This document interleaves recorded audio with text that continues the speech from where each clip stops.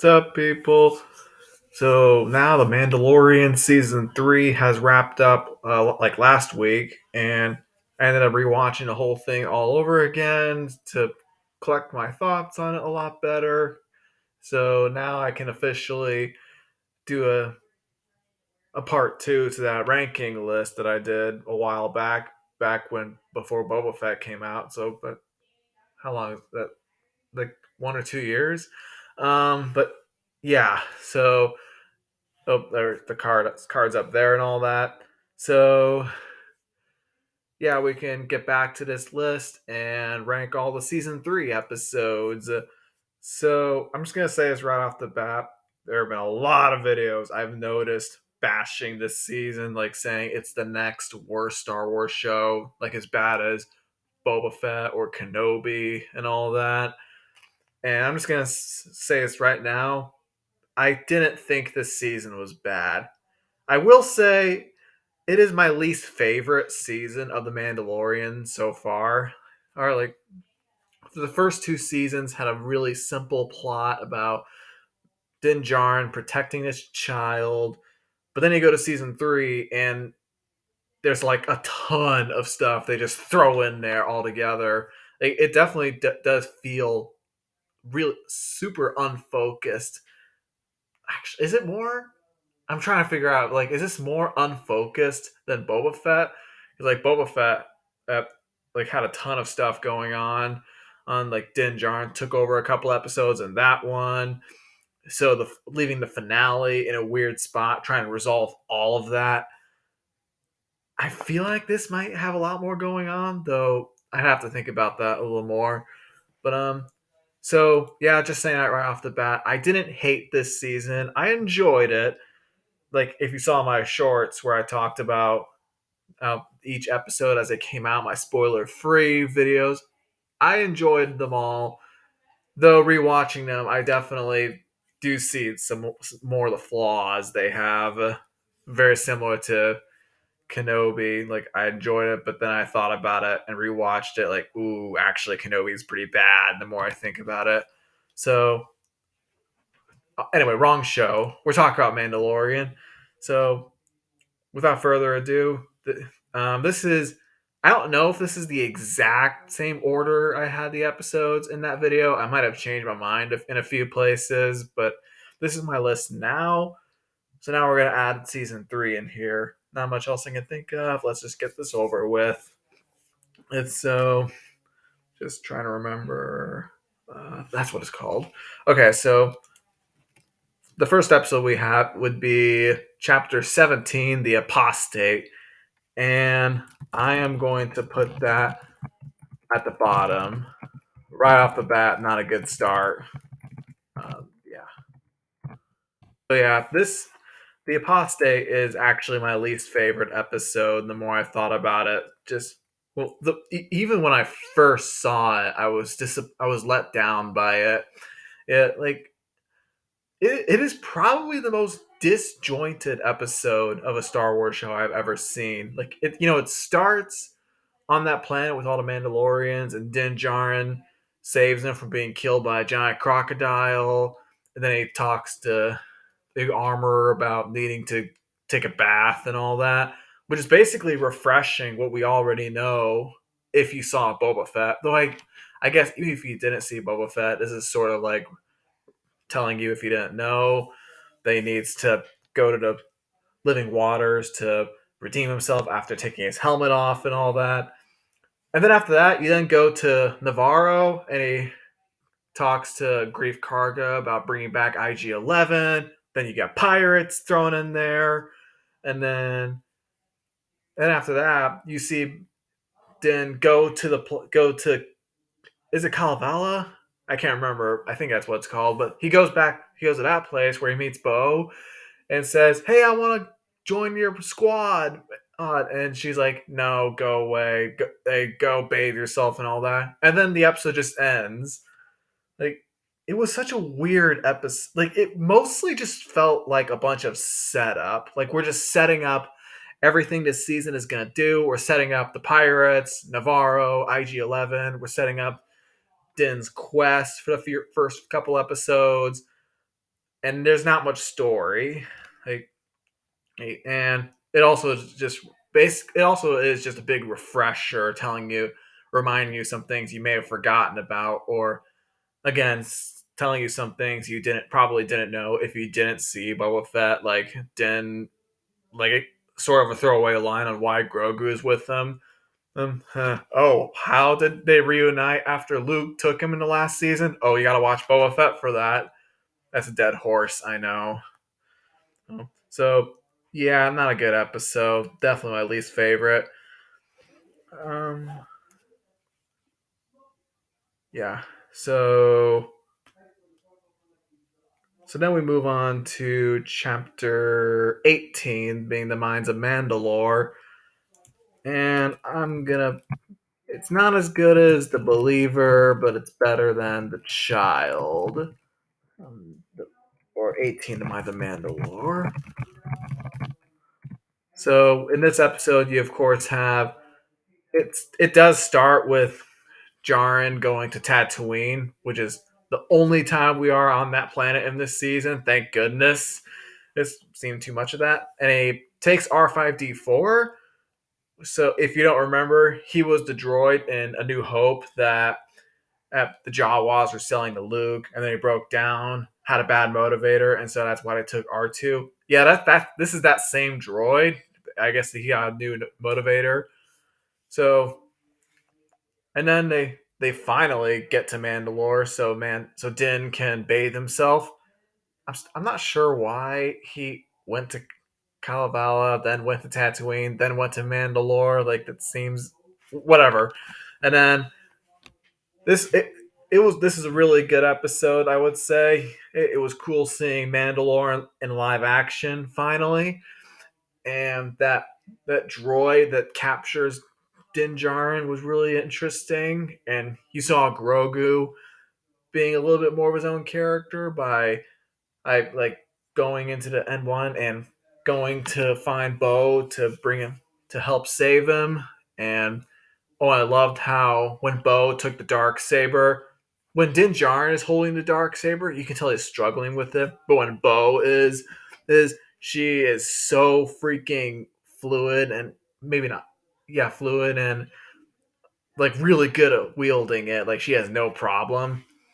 And she's of course like scoffing at Jaren's religion and all that. Though she does respect him a bit after she talks about her dad and how he defended Mandalore, died doing that, and Jaren respected that and all that. And they throw in some backstory about the Mudhorn. Jaren bathes himself and then gets sunk into water, and Bo saves him and sees the Mudhorn. And that was a really cool place to stop. I'll make you like Bo contemplating, wait, what? The Mudhorn is real and all that? It's a pretty good episode, I feel like, and probably should have been the beginning of this season, if I'm gonna be honest. And yeah, not much else I can think of. So next episode is chapter 19, The Convert. I'm gonna put it right here. So this is a weird episode. So it starts with Din, Grogu, and Bo leaving Mandalore after the Empire comes in and blows up Bo's her building and home and all that. So it's like, oh, cool. And then we cut to Dr. Pershing and what's her name? Elia Kane on Coruscant. And a lot of people have taken issue with this episode because it is pretty jarring and suddenly switching to this perspective of a random side character from the previous two seasons that nobody really paid that much attention to.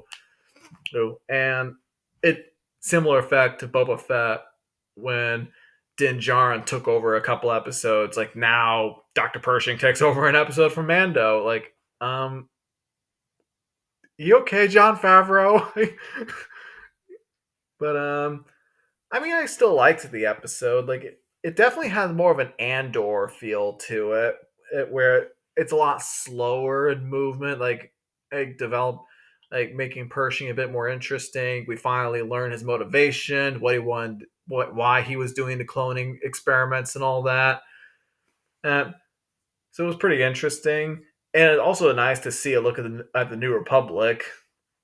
Though that the way the episode ends with Pershing being in that mi- mind wiper, er, and like they were making it very clear that that's kind of a messed up idea.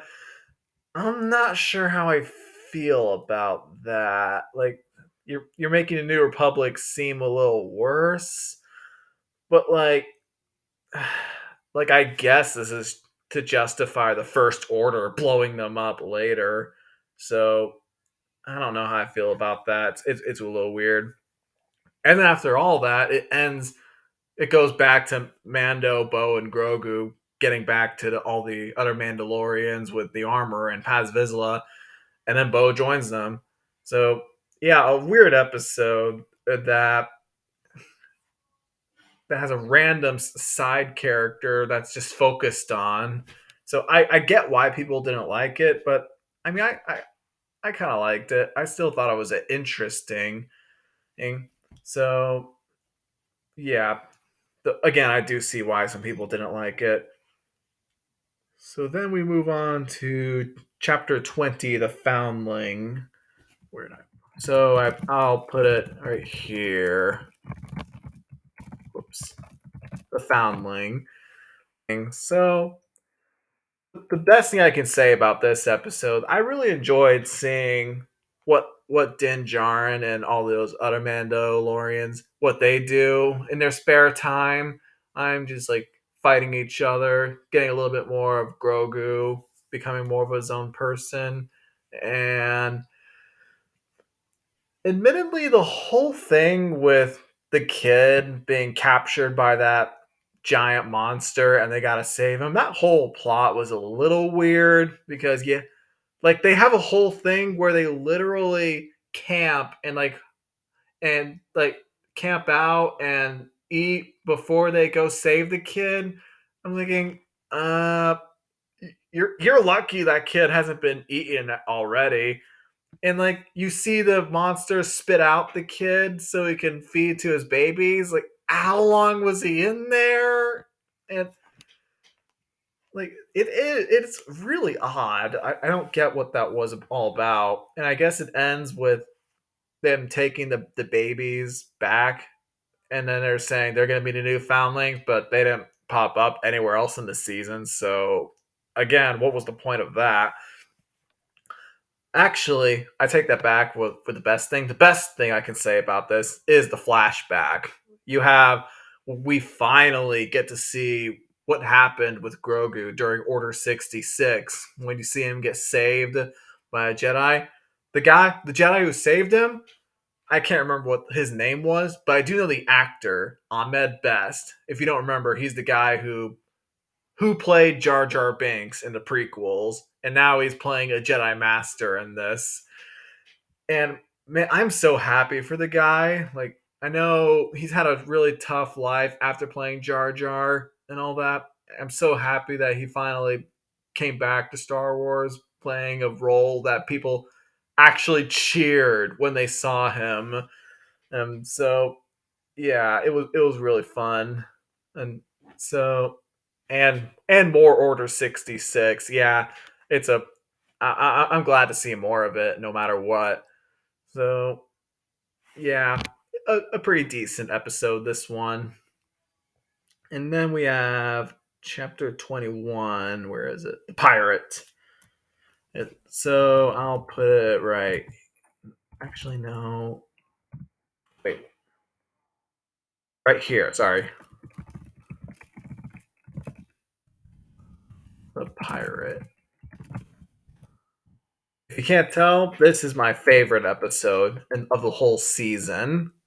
And so you have those pirates from the first episode coming back to take over Navarro and blow it all up, and Karga calls the New Republic to help, but then and that pilot Carson Tiva ends up going to Din Djarin asking him for help, and we get some really sick action. Like this episode does feel like it's culminating, like bringing all the previous episodes together into a really fun story. You got the pirates coming in. You have Bo and Din's relationship with the Mandalorians being fully formed. Like Bo can lead them, and again, the action is really sick. And oh, and Zeb was made a cameo in this too. That was actually pretty fun, and that makes me a little bit more excited for Ahsoka. And the ending was really exciting too, where when the armorer goes to Bo and asks her to remove her helmet, it like saying we're gonna reunite Mandalorians no matter our beliefs. Like, yep, I love it. It setting up the finale really well, and it made me excited for the last three episodes. And then we move on to the next one, which is I'm gonna put down here, which is chapter 22, Guns for Hire. So I feel like when people think season three being bad, they tend to go to think of this particular episode, because this is the one where you have three celebrities come in and basically take over the whole episode. Jack Black, Lizzo, and Christopher Lloyd all pop in and just take over the episode for a bit. And I get why it has a lot of hate. Like it does. Like these three celebrities literally take over the story. Like you have Din Djarin and going to find the rest of the Mandalorian so they can reunite and retake it. It but then all of a sudden these guys just come in and hijack their ship and then force them to, hey, can you deal with this droid problem for us? And it makes the episode just go on a completely pointless side quest. I found it interesting with the droids and all that, but also pointless. Like I think about all the other side quests we've had a Mandalorian go through, and I can still justify a point for all of them, or most of them at least, but not this. It's like it really does feel like they had the idea of, oh, we need Din and Bo to go to these other Mandalorians to bring them back together, but they didn't know what else to do with this, and so they were like, let's just pull in some celebrities and have them be in a Star Wars show now. So yeah, just I get why people hate it, but there are some things I like about it. Mostly the ending of the episode where you see them finally get back to the main plot, where they reunite with Axe Wolves and the other Mandalorians. And Bo and Axe have a pretty cool fight, and then Din gives her the dark saber after explaining the story. And, I mean, I kind of find it funny how people are asking like, wait, what are the rules about the dark saber again? It is kind of funny, but I mean, I still think it works pretty well. Din handing it to her after Bo saved him. Well, Din was captured by this person who took the dark saber from him, and then Bo used the dark saber to kill the captor. So I think it makes sense that that she now owns it. And yep, it got me excited to see the last two episodes. So then we move on to chapter 23, the Spies, which I'll put right here. First of all, who are the Spies? Like I don't I don't get that. I don't know who they are. But other than that, this is a really cool episode. So I mean, first of all, the whole IG-11 like resurrecting him was a little weird for me, but then they say, "Ooh, they've actually brought his droid body back, but Grogu controls it." And I was like, "Oh, okay, that's kind of clever." And so when I saw it, I thought it would be a little cheesy, but I was able to buy it fine. I can see. I thought most people would look at that and say that that's too silly, but it doesn't seem like it. And then you also have, and then they of course go to Mandalore. Finally, gonna retake it after all these years, and so again, some pretty cool action. I do like that one scene though, where you see Axe and Paz play a game, and then they fight over differing rules, and then Grogu like pulls them apart and telling them to stop or no, no, no. Oh, like that was an actual moment where Grogu made a decision on his own. Again, he's finally becoming his own character instead of just being the baby character that does cute stuff, which and and then of course, or as it leads to the ending of that episode where Moff Gideon comes in that pretty dope looking armor, and the Praetorian guards come in and kill Paz, which yeah, Paz has became a really fun character throughout this season. That I was sad to see him die. And oh, I guess this episode actually began with Gideon having this holographic meeting with these other Imperial officers, and it drops Grand Admiral Thrawn's name, so that's pretty interesting. Um, issues. I have one big issue. Why did Gideon leave Din Djarin alive? What did he need him alive for? Like when I saw this episode when it first came out, I thought, oh, in the next episode they're gonna explain why he needs him alive. But then you go to the next episode and they don't. So I'm still lost on that. Oh, that's why he's alive. And so he can be alive for the next episode. So he can be in the finale, of course. Not convenient at all. So yeah, again, it's a pretty fun episode. Um, and now we move on to the finale, chapter 24, The Return, which I put right here. The Return. Yeah, this episode was a little bit of a letdown. It's like I think back to season one's finale where it was insanely cool. There was a sacrifice with IG-11, and then it's revealed that Moff Gideon has a dark saber, and it's like, oh my gosh! And then season two's finale, Luke Skywalker's freaking in it. I feel like that speaks for itself. Luke Skywalker pops up and saves the day with a really heartbreaking goodbye between Din and Grogu. So like, yeah, that's awesome.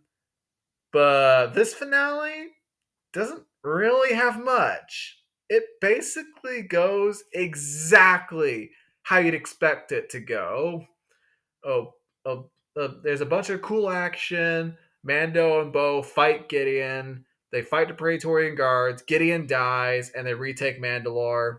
And yeah, basically goes exactly how you'd expect it to go. The one surprise I can think of is when Gideon actually destroys the Darksaber. That legit surprised me. And I kind of like that actually. We're not relying on that to rule Mandalore. Or and again, the action is really cool. That's the biggest thing I love about this show. The action is always amazing, but I just was never, aside from the dark saber, I was just never shocked by anything. Oh, and also I guess we did finally find out what Gideon's plan was, what he wanted Grogu and the clone, what the whole cloning thing was. He wanted clones of himself that could be force sensitive. Okay. And now people are already making theories about, ooh, that the Gideon we saw died. That wasn't the real Gideon. That was one of his clones, which, yeah, probably is. Let's be honest. I mean, I want Gideon to be dead because he's died. He's been defeated 3 times in a row. I feel like we should be done with him as a villain by now. And it was satisfying seeing him retake Mandalore. And then the ending was interesting, where you see Mando go to Din Djarin go to Carson Teva. Well, actually, before that, he adopts Grogu as his own. Now he's renamed Din Grogu, which wasn't exactly as impactful as I think they thought it would be. And he goes to Carson Teva and agrees to work for him for the New Republic without them like writing it down or anything. And then he settles down on Navarro after rebuilding IG-11, and they make it honest the way it turns to the credits, with the circle closing in and all that. It legit felt like the ending of the whole show, which I'm a little confused about because I remember John Favreau talked about like season 4 is all written, like all done with being written and all that. So is this the ending? I'm not sure.